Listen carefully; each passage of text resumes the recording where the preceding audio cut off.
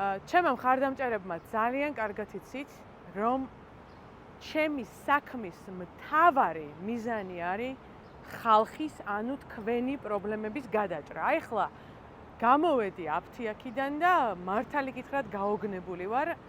შეუძლებელია საქართველოში საშუალო ოჯახმა თუ არ აყავს ვინმე ემიგრაციაში, უბრალოდ აფთიაქში იყიდოს ის, რაც ჭირდება. თითოეული ნივთიერება, წამალი არ ვიცით, საში არის გაფრენილი ამ ინფლაციის გამო. ეს თემებია, რომელზეც მე ვმუშაობ.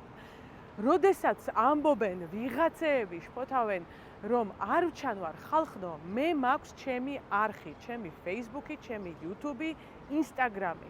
აქ დაინახავთ და ხედავთ კიდევ ერთ ჩემ აქტიურობას. სხვა საკითხია, როდესაც ვიღაცეებს, ძირითადად ჩემ კონკურენტებს უნდათ, რომ მათ თემებზე ვილაპარაკო.